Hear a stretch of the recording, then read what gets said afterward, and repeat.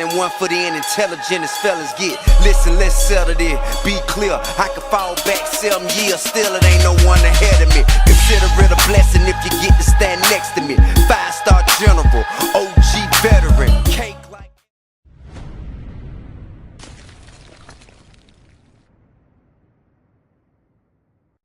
What's up, everybody? Welcome to BioS3 Raw TV. So I want to, excuse me, I'm still sick from this past fucking couple weeks. I want to address this comment because I actually just, from reading this, realized people don't know this. And they actually would assume this, and I was like, holy shit, maybe I should address this, so that's what's going to happen right now.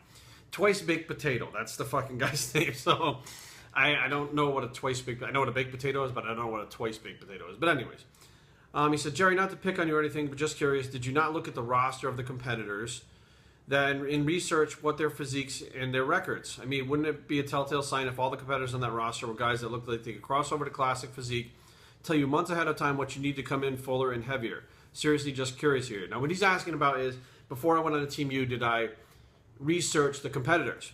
You can't research the competitors. Nobody knows who's in that class until that morning. So you sign up ahead of time, and you're technically, all registered and everything. When you get there, you check in. Once you check in, you're officially there. So there is nobody technically, until the day of the show, actually there, checked in to tell you who's there. Even if there was the list of the people that have pre-registered, the promoters don't give that out.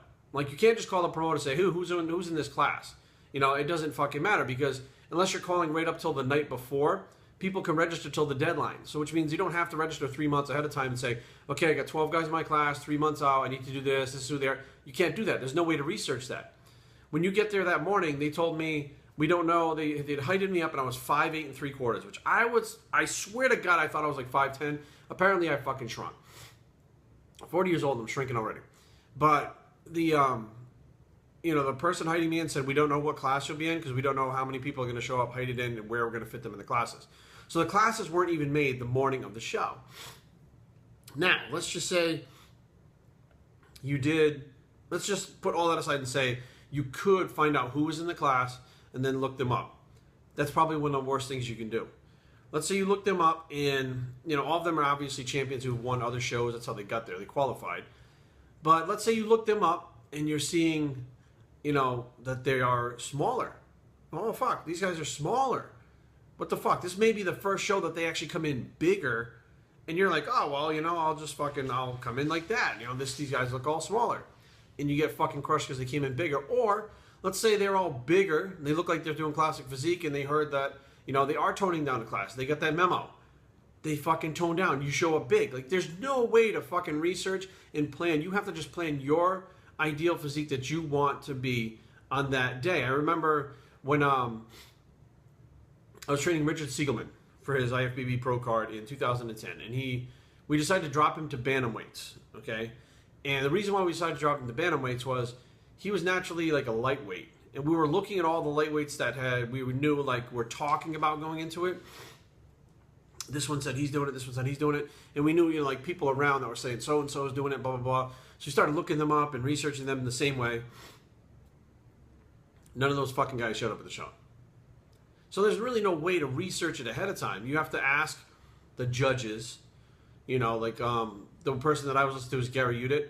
Now, the judging criteria that is changing this year is going to take time. It's not going to be the very next show, everything is scored like this across the board. It's going to take time of the judges having to learn how to reward the opposite look than what they were wanting before to keep the integrity of the divisions. But no, I didn't look into it. No, you can't look into it, and there's no way possible to get that information. And if you did get that information, let's say a promoter did give you that information, okay? And they told you who was in your class, how many people in your class, and you knew all the names and stuff, and you started researching. It's almost like insider trading. Nobody else knows that fucking information, and they're not going to give it to someone. So if they did you a favor, to me, that's cheating. And I don't want to fucking cheat. There's no fucking way that I want to beat everyone else having an upper hand. It's one thing if you take more drugs than someone else. That's one thing. It's one thing that if you fucking, diet harder than someone else. It's one thing because you don't know that you're doing that. You don't know what they're taking. You don't know how hard they're dieting. You don't know how much cardio they're doing. You don't know anything about them. You're doing what you need to do, and if it outdoes them and outworks them, hey, great. But everybody's on equal footing. You start fucking getting little, a little help out and shit. Or let's say, you know, someone in a bodybuilding contest didn't make weight. And they're making everybody fucking make weight. At 1 pound a drop, they're making this guy fucking run around the fucking block with a sweatsuit on in the fucking 100 degree heat to lose weight. But then another guy comes up and they're like, oh, you're 3/4 of a pound over? Don't worry about it. Well, what the fuck? You know what I mean? Like, you either be straight across or not. So to me, if I was 3/4 of a pound over and they told me don't worry about it, you'd see me with a fucking sweatsuit running around the fucking block to make sure that I fucking get that weight off to come back, because that's fair.